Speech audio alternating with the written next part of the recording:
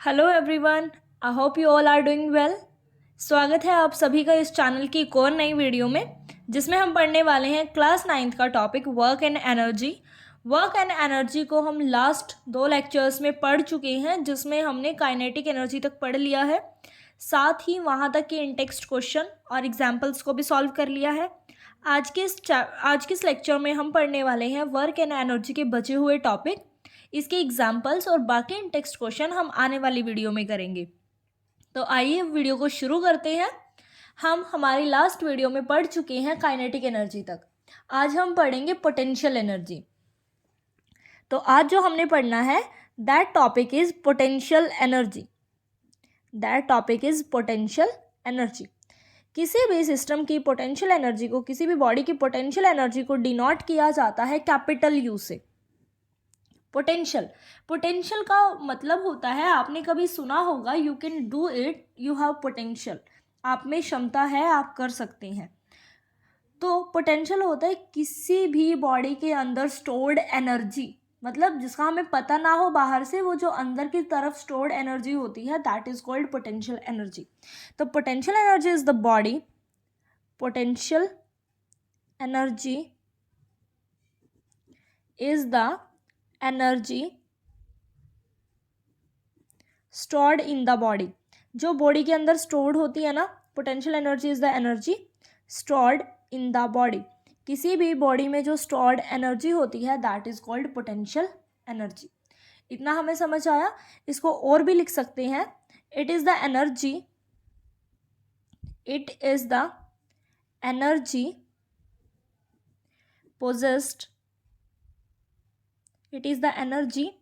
possessed by the body। जो body के पास energy होती है, possessed by the body by virtue of its configuration का मतलब होता है साइज एंड शेप। उसके साइज एंड शेप की वजह से जो बॉडी के पास एनर्जी होती है, उसको हम कॉन्फ़िगरेशन की वजह से जो एनर्जी होती है, उसी को हम पोटेंशियल एनर्जी कहते हैं। अगेन, पोटेंशियल एनर्जी का भी कोई फॉर्मूला नहीं होता। आप बॉडी से कोई काम करवा के देखेंगे, उस काम को करने में बॉडी जो एनर्जी लगाएगी, उससे आपको बॉडी की पोटेंशियल एनर्जी का अंदाज़ा हो जाएगा। ऐसा यूनिट इसके भी क्या रहेंगे, जूल रहेंगे। पोटेंशियल एनर्जी को भी बहुत सारे फॉर्म में पढ़ा जाता है। पोटेंशियल एनर्जी के भी बहुत सारे टाइप होते हैं, बट यहाँ पर आपकी क्लास के सिलेबस के अकॉर्डिंग हम लोगों को जो पोटेंशियल एनर्जी पढ़नी है that is gravitational potential energy. हम लोग, वैसे तो पोटेंशियल एनर्जी के बहुत सारे टाइप हैं, लेकिन हमें वो बहुत सारे टाइप्स नहीं पढ़ने। आपकी 9th क्लास में हम सबको जो पढ़नी होती है वो होती है पोटेंशियल एनर्जी, और वो भी कौन सी, ग्रेविटेशनल पोटेंशियल एनर्जी। इतना हमें समझ आया। ये ग्रेविटेशनल पोटेंशियल एनर्जी को आप समझें। मान लीजिए कोई भी बॉडी अर्थ के सरफेस से किसी भी हाइट पर उठाई गई है। ये आपका अर्थ का सरफेस है, ये आपका अर्थ सरफेस है। अर्थ के सरफेस से ऊपर मैंने किसी बॉल को, जो कि बॉल है, कोई भी बॉल जिसका मास m है, मैंने उस बॉल को अर्थ के सरफेस से ऊपर पकड़ा हुआ है, और जो कि कितनी हाइट पर है, h हाइट पर है। तो इस बॉडी के पास जो एनर्जी होगी, हाइट की वजह से जो एनर्जी बॉडी के पास होगी, that is called gravitational potential energy. आपने ऑब्जर्व किया होगा, आप 2 बॉल या कोई भी ऐसी चीज़ लें जो स्नोरस हो, जो साउंड प्रोड्यूस करती हो, और उन दोनों चीज़ों को 2 डिफरेंट हाइट पर पकड़े। फॉर एग्जाम्पल, एक को थोड़ा कम हाइट पे ले लें, एक को थोड़ा ज़्यादा हाइट पे ले लें। जब आप उनको गिराएंगे तो जो कम हाइट वाली है उससे कम आवाज़ आएगी, ज़्यादा हाइट वाली से ज़्यादा आवाज़ आएगी। इट मीन्स अर्थ के सरफेस से जो जितना ज़्यादा हाइट पर होगा, उसके पास ग्रेविटेशनल पोटेंशियल एनर्जी या हाइट की वजह से आने वाली जो एनर्जी होगी वो ज़्यादा होगी। तो ग्रेविटेशनल पोटेंशियल एनर्जी ये वो एनर्जी होती है जो किसी भी बॉडी के पास अर्थ के सरफेस से ऊपर जितना हाइट पर वो है, उसकी वजह से होती है। It is the energy possessed by the body. It is the energy possessed by the body due to its height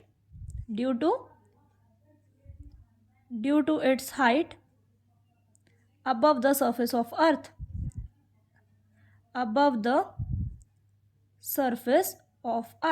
अर्थ के सरफेस से अबव कोई भी हाइट है, उस हाइट की वजह से जो एनर्जी है that is gravitational potential energy.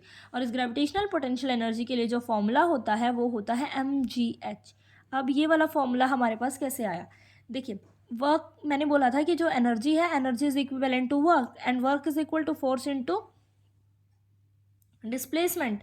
तो फोर्स इंटू डिस्प्लेसमेंट हो जाएगा, फोर्स को हम लिख सकते हैं mass into acceleration into S. जब भी बॉडी ऊपर की तरफ है, ऊपर की तरफ अगर बॉडी हमारी क्या कर रही है, मूव कर रही है। अच्छा, इसको हम ग्रेविटेशनल पोटेंशियल एनर्जी कहते हैं ना, तो क्या मैं इसको एफ एस कॉस थीटा लिख सकती हूँ। वर्क का अगर मैं एग्जैक्ट फॉर्मूला लगाऊं तो क्या ये एफ एस कॉस थीटा है, ये बिल्कुल है एफ एस कॉस थीटा। अब अगर ये एफ एस कॉस थीटा है तो आप ऑब्जर्व करेंगे कि जब भी आप इस बॉडी को ऊपर की तरफ उठाएंगे, जब आप इस बॉडी को ऊपर की तरफ उठाएंगे तो फोर्स ऑफ ग्रेविटेशन जो है वो नीचे लगेगा। फोर्स ऑफ ग्रेविटेशन नीचे लग रहा है और बॉल को आप ऊपर की तरफ उठा रहे हैं, हाइट की तरफ उठा रहे हैं, तो हाइट ऊपर है, ग्रेविटेशनल फोर्स नीचे है, तो इन दोनों के बीच जो एंगल बनता है दैट इज ऑफ 180 डिग्री। यहाँ पर हम सब्सटीट्यूट करेंगे एफ एस कोस 180 डिग्री और कोस 180 होता है -1, तो ये हो जाएगा -MAS। अब बात करते हैं, जब आप अपनी बॉडी को ऊपर की तरफ उठा रहे होते हैं तो बॉडी के पास एक्सेलरेशन होता है जिसको हम एक्सेलरेशन ड्यू टू ग्रेविटी कहते हैं, और उसका साइन कन्वेंशन हमें क्या लेना होता है, ऊपर वाले मोशन में अपवर्ड मोशन में -g। तो यहाँ आप इसकी जगह पर -g सब्सटीट्यूट कर सकते हैं और बॉडी को उठाया गया है up to height h, therefore the displacement of the body will be h। तो माइनस और माइनस मल्टीप्लाई होके हो जाएंगे plus and we will get potential energy is equal to mgh। अब आप पूछेंगे कि बॉल के पास ये एनर्जी कैसे आई, तो बॉल को आप या मैं कोई भी उठाएगा एक सरफेस से अबव, तो आप जो बॉल को उठाएंगे तो इसका मतलब आप अपनी एनर्जी लगा रहे हैं बॉल को उठाने में, तो आपने जो काम किया आपकी एनर्जी कहाँ गई, आपकी ही तो एनर्जी बॉडी के अंदर स्टोर हो गई, आप ही की एनर्जी बॉडी के अंदर स्टोर हुई। इस यूनिवर्स में law of conservation of energy follow होता है, ना तो आप कहीं से एनर्जी बना सकते। तो इस बॉल की एनर्जी अपने आप नहीं आई, इस बॉल को ग्राउंड से उठा हाइट आपने शिफ्ट की है, आपने काम किया है, आपने अपनी एनर्जी लगाई है, आप ही की एनर्जी इस बॉल के अंदर क्या हो गई, स्टोर हो गई। आप जितना ज़्यादा हाइट पे उठाएंगे इट मीन्स आपको उतना ज़्यादा वर्क करना पड़ेगा, इसका मतलब इसके अंदर उतनी ज़्यादा एनर्जी स्टोर हो जाएगी, और वही होती है ग्रेविटेशनल पोटेंशियल एनर्जी, जिसके लिए फॉर्मूला रहेगा mgh। और ये फॉर्मूला कैसे आया, ये हो गई इस फॉर्मूला की डेरिवेशन। इस फॉर्मूला के क्वेश्चन जो है वो हम अगले वीडियो लेक्चर में करेंगे, आज हम सिर्फ सभी टॉपिक्स को समझेंगे और पढ़ेंगे। इतना हमें समझ आया, तो चलिए मूव करते हैं next topic which is very important, law of conservation of mechanical energy. अब पढ़ते हैं एक और important topic that is law of conservation of mechanical energy. ये किसी भी स्कूल एग्ज़ाम में बहुत इंपॉर्टेंट टॉपिक रहता है, 3 to 5 मार्क्स में पूछ लिया जाता है। फर्स्टली आपको पता होना चाहिए कि मैकेनिकल एनर्जी क्या होती है। तो जो मैकेनिकल एनर्जी होती है वो होती है काइनेटिक एनर्जी और पोटेंशियल एनर्जी का सम। मैकेनिकल एनर्जी क्या होती है, सबसे पहले आप ये बताएंगे कि मैकेनिकल एनर्जी क्या होती है। Mechanical energy is the sum of kinetic energy plus potential energy. अगर मैं काइनेटिक एनर्जी को K से डिनोट करूँ और पोटेंशियल एनर्जी को U से डिनोट करूँ तो इसी सम को हम बोलते हैं मैकेनिकल एनर्जी। तो अब किसी भी बॉडी का मैकेनिकल एनर्जी या फिर हम इसको टोटल एनर्जी भी कहते हैं, किसी भी बॉडी का टोटल एनर्जी या फिर जो मैकेनिकल एनर्जी है वो फिक्स्ड रहता है। सपोज किसी भी बॉडी के पास नेट एनर्जी 100 ऑफ जूल है, अगर वही बॉडी अगर उसके पास 100 ऑफ जूल है इट मीन्स उसकी टोटल एनर्जी भी 100 जूल है, उसके अंदर जो स्टोर्ड एनर्जी है मीन्स पोटेंशियल एनर्जी है वो भी 100 ऑफ जूल है। अगर वो बॉडी रेस्ट पर है, मूव नहीं कर रही, इट मीन्स उसका काइनेटिक एनर्जी 0 है। अब वही बॉडी अगर मूव करना शुरू कर दे तो उसका कुछ पोटेंशियल एनर्जी जो है वो कन्वर्ट हो जाएगा काइनेटिक एनर्जी में, तो यहाँ पर उसका काइनेटिक एनर्जी बढ़ जाएगा और पोटेंशियल एनर्जी कम हो जाएगा। तो बट क्या होगा कि सभी का भी काइनेटिक एनर्जी और पोटेंशियल एनर्जी का जो टोटल सम है वो अगेन कांस्टेंट रहेगा। किसी भी बॉडी का टोटल एनर्जी हमेशा फिक्स्ड ही रहता है, कभी उसका काइनेटिक एनर्जी बढ़ जाएगा, कभी उसका पोटेंशियल एनर्जी बढ़ जाएगा, बट किसी भी बॉडी का जो टोटल एनर्जी है वो हमेशा उतना ही आएगा। पहले हम इसको लिखते हैं देन हम इसको प्रूव करते हैं। तो मैकेनिकल एनर्जी का मीनिंग क्या हो गया, ये हो गया। अब क्या है law of conservation of mechanical energy, according to law of conservation of mechanical energy, mechanical energy का लॉ कहता है according to law of conservation of mechanical energy total energy of any body remains constant. Total energy, आप इसको mechanical energy भी कह सकते हो, total energy of any body, किसी भी बॉडी का जो टोटल एनर्जी है, is always constant, is always fixed. अभी हम इसको प्रूफ भी करेंगे, और इसका प्रूफ देखिए, इसका क्या प्रूफ होगा। सबसे पहले आप कंसीडर करें कि आपके पास एक बॉल है। Late us consider a ball, late us consider a ball. देखिए हम इसको प्रूव करते हैं कैसे। Late us consider a ball, अगर कोई भी बॉल है तो डेफिनेटली उसका मास m होगा। Late us consider a ball of mass m। I have consider a ball having mass m। आप क्या करें, इस बॉल को आप होल्ड करें किसी भी हाइट h पर। Let us consider a ball of mass m held at height h। हमने उसको, ये सब कुछ हमने लिखना है at height h above the surface of earth, above the surface of earth। आपने अर्थ के सरफेस से उसको h हाइट पर होल्ड कर लिया। अभी मैं इस डायग्राम को ड्रॉ भी करती हूँ। I have this ball having mass m and I have hold this ball at height h above the surface of the earth. So let us say the ball is at point A। जो हमारा ball है वो किसी point A पर है। अब अगर ball A point पर है and it is not moving, अगर ये मूव नहीं कर रही, ये रेस्ट पर है, तो डेफिनेटली इसके पास सिर्फ पोटेंशियल एनर्जी होगा। और अगर इसके पास सिर्फ पोटेंशियल एनर्जी होगा तो पोटेंशियल एनर्जी का फॉर्मूला होता है mg and it is at height h, therefore it's height mgh। as it is not moving, therefore its kinetic energy will be 0। ये मूव नहीं कर रही तो काइनेटिक एनर्जी 0 हो जाएगा।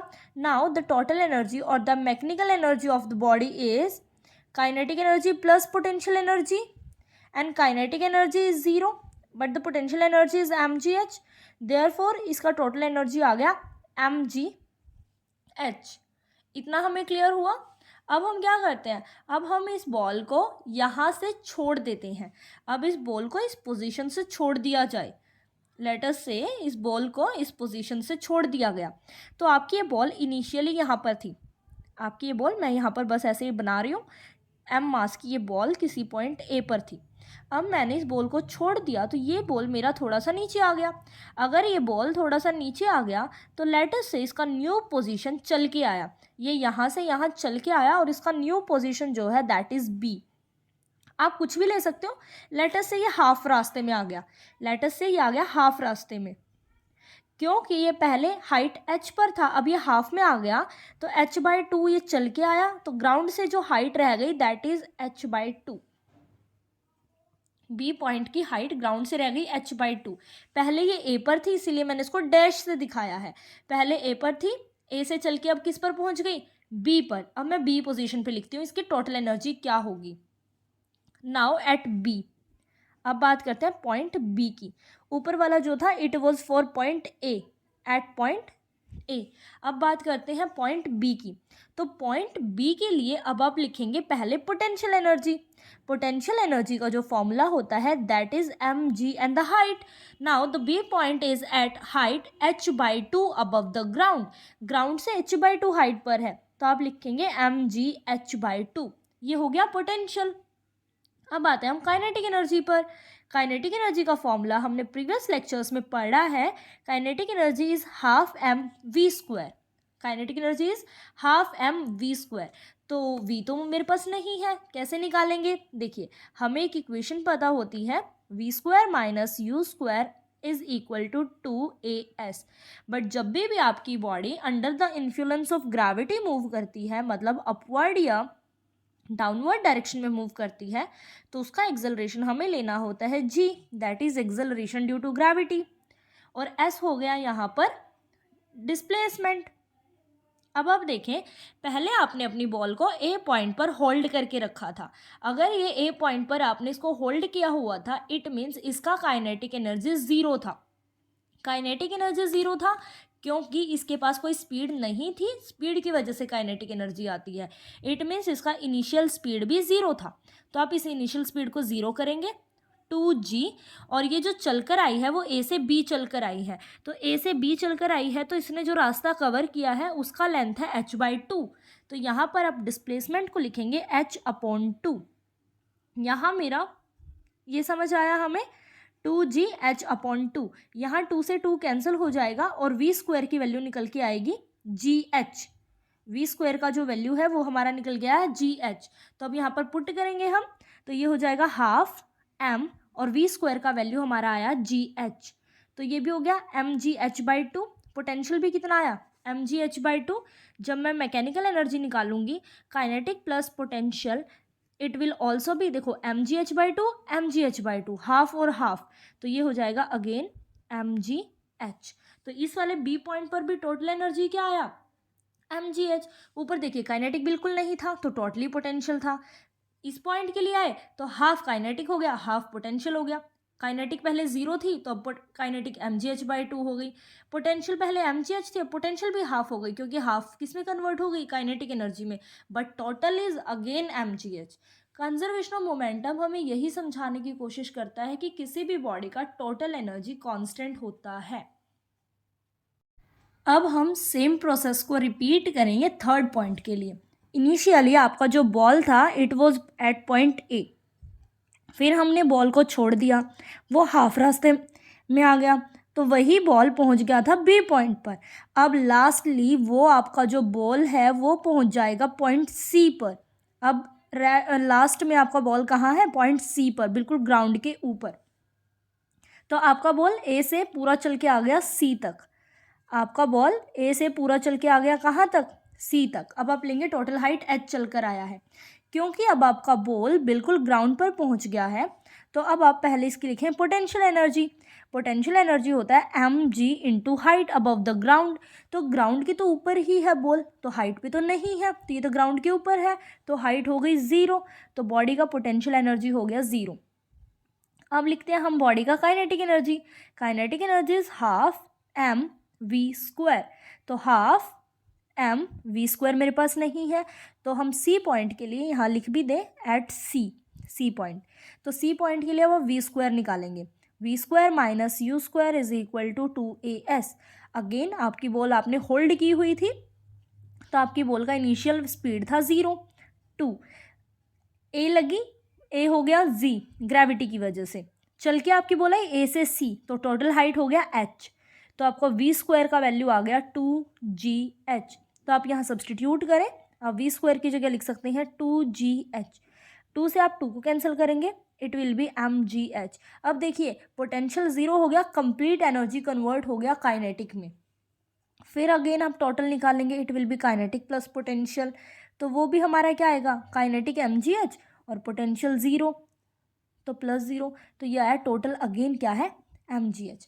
हमने 3 डिफरेंट केस किए, 3 डिफरेंट पोजीशन बॉल की ली, बट हर एक पोजीशन में बॉल का टोटल एनर्जी mgh ही आया। तो यही है law of conservation of energy. एक टाइप का एनर्जी बढ़ जाएगा दूसरे टाइप का घट जाएगा but total will always be same. That's hence we proved law of conservation of mechanical energy। hence we proved law of conservation of mechanical energy. Conservation का मतलब होता है सेम रहना।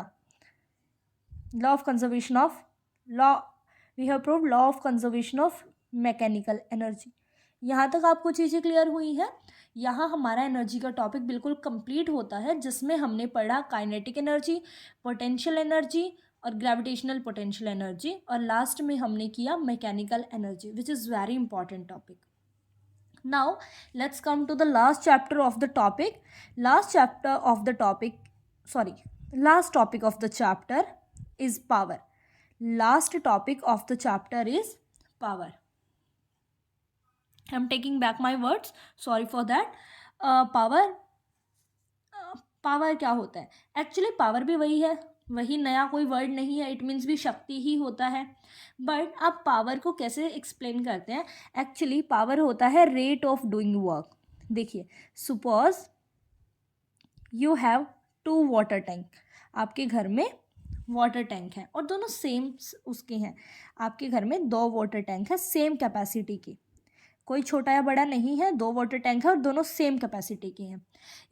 इन दोनों वाटर टैंक को भरने में, फिल करने में, मान लीजिए दोनों 10-10 लीटर पानी आता है दोनों में। हमने इन दोनों में एक मोटर के साथ पानी भरना शुरू किया। हमने मोटर के साथ इनमें पानी भरना शुरू किया। एक मोटर है जो इस टैंक को फिल कर देती है सिर्फ 1 आवर में, जबकि दूसरी मोटर इसी काम को पूरा करने में लगा रही है 2 आवर। इट मीन्स आपकी ये वाली जो मोटर है ये आपके सेम काम को जल्दी कर दे रही है, जबकि ये थोड़ा स्लो कर पा रही है। तो इसका मतलब इस मोटर की जो पावर है वो ज़्यादा है। ये वाली जो मोटर है आपकी ये बड़ी है, ये आपके सेम काम को करने में 2 आवर्स लगा रही है, इसके कंपैरिजन में ज़्यादा लगा रही है। तो आपके पास जो ए केस में मोटर है उसकी जो पावर है वो कम है। तो पावर होता है रेट ऑफ डूइंग वर्क, काम करने की स्पीड, कि आप किसी भी काम को, किसी भी एनर्जी को कितना जल्दी लगा सकते हैं। पावर को हम डिनोट करते हैं P से, and it is always equal to speed of doing work. Speed किसी भी चीज़ की टाइम से कंपेयर की जाती है। कम टाइम कम तो पावर ज़्यादा, और टाइम ज़्यादा लग रहा है तो पावर कम। आप वर्क को एनर्जी भी लिख सकते हैं, वर्क बाय टाइम या फिर एनर्जी बाय टाइम। ये हो गया हमारे पास पावर का formula. Now let's talk about it's SI unit. SI unit of the power is, power ऊपर है एनर्जी के SI यूनिट होते हैं जूल, अपॉन में है टाइम जो होता है सेकेंड। तो जो जूल बाय सेकेंड है ना, इसी को हम बोलते हैं वोट। जूल बाय सेकेंड भी आप बोल सकते हो और इसको वॉट भी बोल सकते हो। अगर कोई भी डिवाइस 1 जूल काम को करने में 1 सेकेंड लगाए, इट मीन्स उसका पावर 1 वॉट है। If a device or person, कोई भी, if a device take 1 second, to complete 1 joule of work, अगर कोई भी डिवाइस 1 जूल काम को करने में 1 सेकेंड ले रहा है, इट मीन्स इसका पावर कितना है 1 watt. If a device take 1 second to complete 1 joule of work, then its power is 1 watt, अब हमने हमारे घर में देखा है कि जो हम बल्ब लेकर आते हैं, अगर LED बल्ब लाते हो तो 15 वॉट का होता होगा। अगर आप नॉर्मल बल्ब लाते हो, येलो वाला बल्ब लेकर आते हो, तो अगर आपके पास कोई भी बल्ब आपके घर में 100 वॉट का बल्ब है, तो देखिए वॉट किसके इक्वल होते हैं, जूल बाय सेकेंड के। इट मीन्स 100 जूल पर सेकेंड। इट मीन्स आपका जो वो बल्ब है वो 100 जूल ऑफ एनर्जी रेडिएट करता है 1 सेकेंड में। क्या करता है आपका bulb, 100 joule of energy radiate करे, या मतलब रेडिएट 100 नहीं करता, लेता 100 जरूर है, एनर्जी लेगा 100 जूल। अब रेडिएट मतलब उसकी कैपेसिटी के ऊपर करता है कि उसकी एफिशिएंसी कैसी है, 60% या 40% कितना वो एमिट करेगा। बट 100 जूल ऑफ टेक, अगर आपका बल्ब 100 वॉट का बल्ब लाते हैं, आपने सुना होगा ये घर में, 100 वॉट का बल्ब, वॉट को आप लिखते हैं जूल बाय सेकेंड, तो 100 जूल बाय सेकेंड, इसका मतलब है कि वो आपका बल्ब 100 जूल ऑफ एनर्जी ले रहा है इन 1 सेकेंड। 1 सेकेंड में सिर्फ 100 जूल एनर्जी ले रहा है। इतना हमें समझ आया। अब यहाँ पर एक और छोटा सा टॉपिक, बिल्कुल ही छोटा सा, that is commercial unit of energy. Commercial मतलब जो घर में आप यूज़ करते हो, commercial unit of energy. Energy का जो SI यूनिट है, वो है जूल, लेकिन ये इसका कमर्शियल यूनिट नहीं है। देखिए पावर क्या होता है, अपने घर में जितनी भी डिवाइसेस आती हैं, जितने भी बल्ब आते हैं, वो उनके ऊपर उनका पावर लिखा होता है कि 100 वोट का है, ये 200 वोट का है, या ये 1.5 किलो वोट का है ना। पावर का यूनिट किलो वॉट भी हो सकता है, और 1 किलो वॉट में 1000 ऑफ वॉट होते हैं। 1000 ऑफ वॉट को हम 1 किलो वोट कहते हैं। मेगावाट भी हो सकता है, और मेगावाट में 10 लाख, जो भी आप लिखते हो 10, इतने वॉट होते हैं।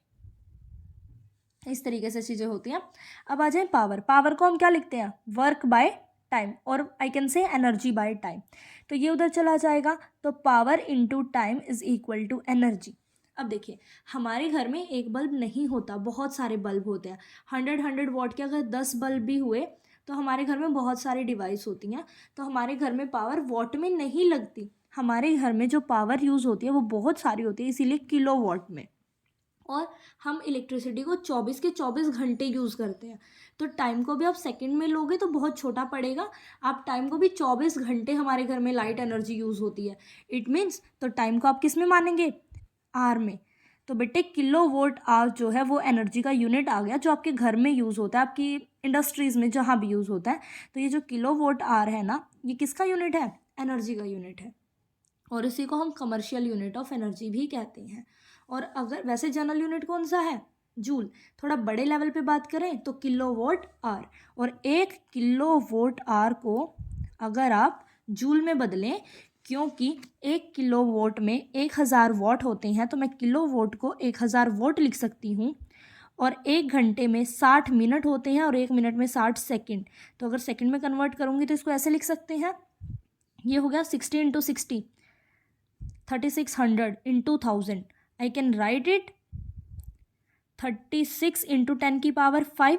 साइंटिफिक नोटेशन में लिखें तो 3.6 इंटू 10 की पावर 6, और ये वॉट और ये सेकंड, ये वॉट और ये सेकंड। अब हमने किया है कि power is equal to energy by time, means power is equal to joule by second. तो अगर पावर वॉट में होती है, एनर्जी जूल में होती है, टाइम सेकंड में होता है, तो आप यहाँ से अगर जूल को देखें तो क्या जूल वॉट मल्टीप्लाई सेकंड के बराबर हो गया। तो जूल अगर मल्टीप्लाई इसके वॉट सेकंड के बराबर है, तो मैं यहाँ पर लिख सकती हूँ 3.6 इंटू 10 की पावर 6, और वॉट सेकंड को हम क्या लिख सकते हैं अगेन, जूल। तो 1 किलो वोट आर इसके इक्वल हो गया। और अगर आपके घर में 1 किलो वोट एनर्जी यूज़ हो रही है, मतलब 3.6 इंटू 10 की पावर 6 जूल एनर्जी यूज़ हो रही है, इट मीन्स आपका जो मीटर होता है, इलेक्ट्रिसिटी वाला मीटर है, वो 1 यूनिट निकाल देगा। कब निकालेगा आपका मीटर 1 यूनिट? एग्जाम्पल देखिए, मान लीजिए आपके घर में 10 बल्ब हैं, 10 बल्ब हैं, एक बल्ब आपका 100 वोट का है। एक बल्ब आपका कितने वोट का हुआ? 100 वोट का हुआ। तो आपके घर में अगर 10 बल्ब हैं, एक बल्ब 100 वोट का है, तो 10 बल्ब कितने वोट के हो गए? 1000 वोट के हो गए। 1000 वोट कह सकती हूँ, या उसको मैं क्या कह दूँ कि आपके बल्ब कितने वोट के हो गए? 1 किलो वोट के हो गए। आपके बल्ब 1 किलो वोट के हो गए। इतना हमें समझ आया? 100 वोट का बोल लीजिए, या फिर वो कितने वोट के हो गए कि 1 किलो वोट के। तो 10 बल्ब हो गए हमारे 1 किलो वोट के। अगर मैं इन 10 बल्ब को जला के रखती हूँ 1 घंटे तक, अगर मैं इन 10 के 10 बल्ब को जला के रखती हूँ 1 घंटे तक, तो ये मेरे पास एनर्जी हो जाएगी 1 किलो वोट आर एनर्जी, और ये आपके मीटर की 1 यूनिट के बराबर होता है। ये हमें समझ आया? आप अपने घर में अपने एसी, गीज़र उनको भी देख सकते हैं। किसी के ऊपर 1500 वॉट लिखा होता है, किसी के ऊपर कुछ लिखा होता है, तो उसके अकॉर्डिंग आप उनका भी ये देख सकते हैं कि 1 घंटे में अगर किसी के ऊपर 1500 वॉट लिखा हुआ है, इट मीन्स 1500 वॉट का मतलब वो 1.5 यूनिट निकाल देता है 1 घंटे में। तो इस तरीके से आप चीज़ों को चेंज करके देख सकते हैं। एनर्जी का एक और यूनिट होता है, दैट इज़ हॉर्स पावर। एक हॉर्स पावर, सॉरी एनर्जी का नहीं, ये पावर का यूनिट होता है, और ये पावर का है, पावर का यूनिट है ये, और बहुत कम यूज़ होता है। 1 हॉर्स पावर जो है वो 746 मतलब 746 वोट के इक्वल होता है। ये पावर कैसा यूनिट है। ये हो गया आपका ये वाला चैप्टर कंप्लीट। इस चैप्टर के एग्जाम्पल्स और इन टेक्स्ट एक्सरसाइज हम नेक्स्ट वीडियो में करेंगे। आज के लिए सिर्फ इतना ही। Thank you so much. अगर आपको चीज़ें समझ आई और पसंद आई तो चैनल को सब्सक्राइब करें और लाइक करना ना भूलें। Thank you.